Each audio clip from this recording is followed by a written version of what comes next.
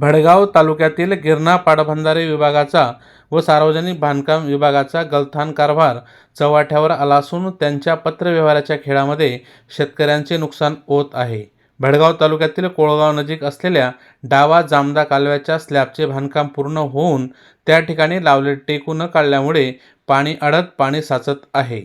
परिणामी परिसरातील शेतकऱ्यांचे नुकसान होत आहे। यावर पाण्याचा प्रवाह सुरळीत करून त्याला प्रवाहित करण्यात यावा म्हणून या गलथान कारभाराला वाचा फोडण्यासाठी आज दिनांक 12 सप्टेंबर गुरुवार रोजी दुपारी 3 वाजता राष्ट्रवादी काँग्रेस अजितदादा गटाचे पदाधिकारी व परिसरातील त्रस्त शेतकरी यांनी भडगाव प्रभारी तहसीलदार रमेश देवकर व पोलीस निरीक्षक पांडुरंग पवार यांना निवेदन देण्यात आले। तर सदर काम 7 दिवसाच्या आत न झाल्यास उपोषणाचा इशारा देखील देण्यात आला। यावेळी निवेदन देताना राष्ट्रवादी काँग्रेस पार्टी भडगाव तालुका अध्यक्ष अनिल पाटील, शहर अध्यक्ष रवींद्र महाजन, युवा उद्योजक व कार्याध्यक्ष हर्षल पाटील, युवा अध्यक्ष भूषण सोनणे, चेअरमन डॉक्टर अमृत पाटील कनाशी, सरपंच छोटू आबा पाटील शिंदी, माजी चेअरमन रमेश बाबूलाल पाटील कोळगाव, रिपाई अध्यक्ष भडगाव SD खेडकर, युवा नेतृत्व जगदीश पाटील वडजी व कोळगाव शिंदी वडगाव नालबंदी परिसरातील शेतकरी बांधवांची मोठ्या संख्येने उपस्थिती होती।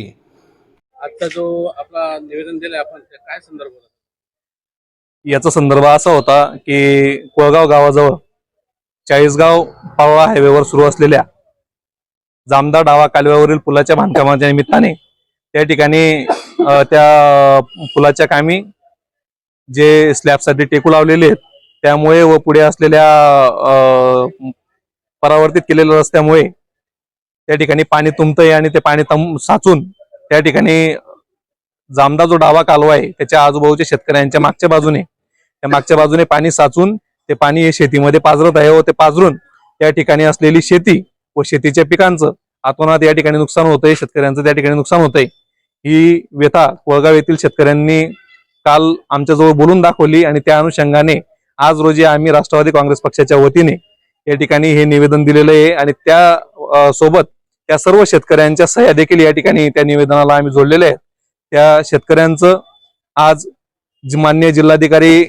साहेबांच्या नावाने ते निवेदन होतं आणि ते निवेदन या ठिकाणी जिल्हाधिकाऱ्यांचे प्रतिनिधी म्हणून कार्यकारी दंडाधिकारी तहसीलदार यांना या ठिकाणी सुपूर्द केलेलं आहे आणि त्याची एक प्रत